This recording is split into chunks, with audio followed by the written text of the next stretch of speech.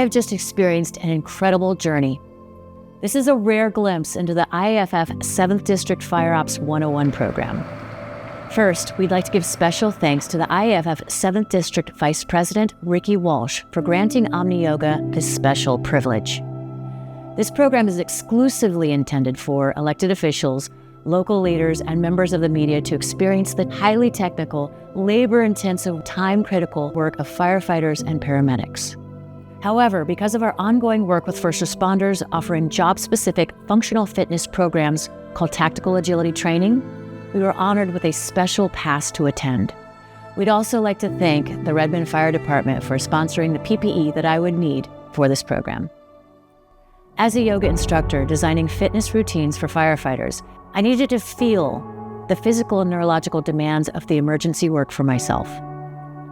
With my husband as my shadow through this program, this training captain was not going to make it easy on me. The first drill was vehicle extrication. After basic and advanced stabilization, we got to work on extricating the patient.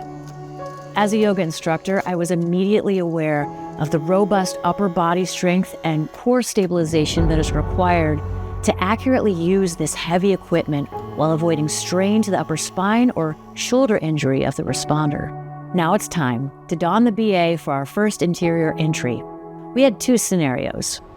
The first was a second-floor fire attack with primary search off the hose line. Even with the understanding that this was a safe, controlled training environment, my heart rate began to rise as visibility was reduced by smoke and darkness. The tactical breathwork that I was prepared to use in these scenarios was put to the test as I searched through the blackness on my knees to avoid the simulated heat, following the sounds of a baby screaming. Without the ability to see towards the back wall, I felt the distinct shape of an arm. The rush of adrenaline that surged through my body proved quite helpful, as this victim was a 200-pound dummy, which was very challenging to move. The second scenario was just a primary search on floor 1. The mental discipline required to go into these pitch black, tight squeezes without becoming claustrophobic was intense. Crawling into the confined space squeezes with bulky bunker gear and SCBA equipment, I became highly aware of how this critical PPE restricted my normal range of motion and breath capacity. Moving through these challenges required a different type of muscle coordination, flexibility, and kinesthetic awareness to keep moving forward to control the breath until finding the way out. Unlike this controlled drill, in a real emergency scenario, there is no guarantee of safety on the other side. Firefighters must keep a cool head in the face of the unknown and be able to mentally self-regulate to complete the operations in a hazardous environment. On to the cardiac arrest scenario. We did a quick debrief before running the scenario. We performed CPR and tied in with the medic crew. 3, 2, 1. Collapsed. Stop breathing. So we've been doing CPR for about... I was surprised by the amount of people required to get this patient stabilized, packaged, down the stairs, and off to the hospital. Now, to the car fire. This was my first advance with an 1 3/4 hose. Unlike the search scenario where I practiced the nozzle forward hip grip, for this attack, the hose was over my shoulder to focus the string downwards into the vehicle. Walking forward against the force of the nozzle reaction required full body engagement to stabilize. The dumpster fire. With Brian as my backup firefighter, I had his strength and training to help me control the hose. But in this scenario, he let me take a try on my own. I was knocked back a few steps and got a good perspective on how much strength is required to stabilize my position to control the advance. I was instantly and humbly aware of how important a good backup firefighter is in these operations. Climbing the aerial. This drill was the easiest for me as I am rather fond of heights. Fun fact, Brian, my husband and shadow for this event, proposed to me in 2009 from the top of a 100-foot aerial. Vertical ventilation.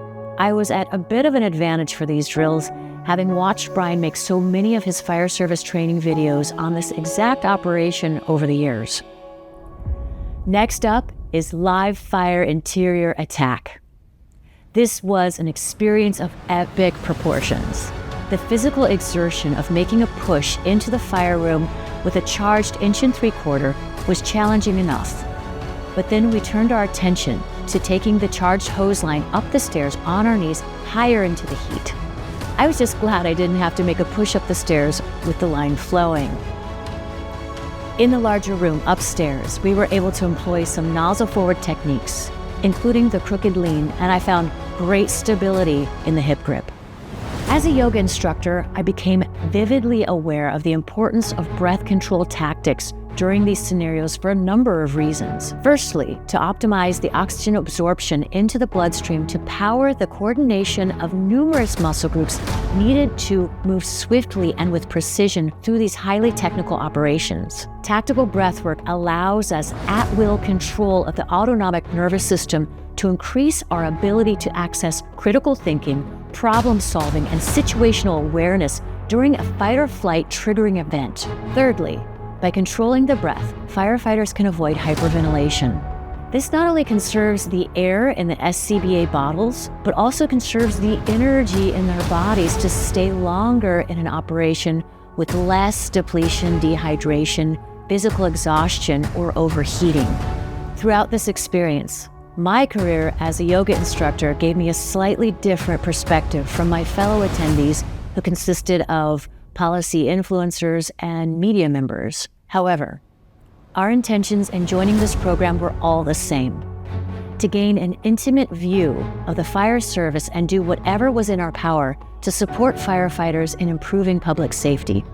We all shared a brief, tempered walk in the boots of a firefighter. Between scenarios, our conversations were largely centered around staffing and equipment requirements that would make these rescue operations safer, quicker, and more effective for victims.